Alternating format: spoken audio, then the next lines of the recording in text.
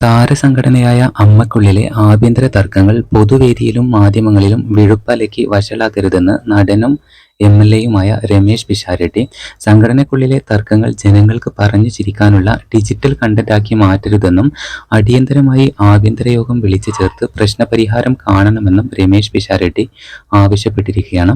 വിഷയവുമായി ബന്ധപ്പെട്ട് സംഘടനയിലെ ഭാരവാഹികളായ അൻസിബ ഹസൻ, ടിനി ടോം, ശ്വേത മേനോൻ എന്നിവരുമായി താൻ സംസാരിച്ചതായും പിഷാരടി വ്യക്തമാക്കിയിട്ടുണ്ട്. സിനിമ എന്ന ഗ്ലാമർ ലോകത്തിന് പുറത്തുള്ള പ്രായമായ കലാകാരന്മാരുടെ ജീവനോപാധിയും പെൻഷനും മുടങ്ങുന്ന രീതിയിലേക്ക് കാര്യങ്ങൾ എത്തിക്കരുതെന്നും അദ്ദേഹം ഓർമ്മിപ്പിച്ചിട്ടുണ്ട്. ഇതിനൊരു അടിയന്തര പരിഹാരം കാണാൻ മുതിർന്ന താരങ്ങളുടെ സഹായം തേടണമെന്നും അടിയന്തര യോഗം വിളിച്ച് ശാശ്വത പരിഹാരം കാണണമെന്നും പിഷാരടി കൊച്ചിയിൽ മാധ്യമങ്ങളോട് സംസാരിക്കവേ പറയുകയാണ്. താൻ വിജയിച്ച ഒരു തിരഞ്ഞെടുപ്പിൽ ഒരു വനിതാ പ്രാതിനിധ്യം ഉറപ്പാക്കാൻ വേണ്ടി മാറിക്കൊടുത്ത സീറ്റിലേക്കാണ് അൻസിബ എത്തിയതെന്ന് ഓർമ്മിപ്പിച്ച അദ്ദേഹം അമ്മയിലെ അംഗങ്ങൾ കുറച്ചുകൂടി പക്വത കാണിക്കണമെന്നും പറഞ്ഞിട്ടുണ്ട്.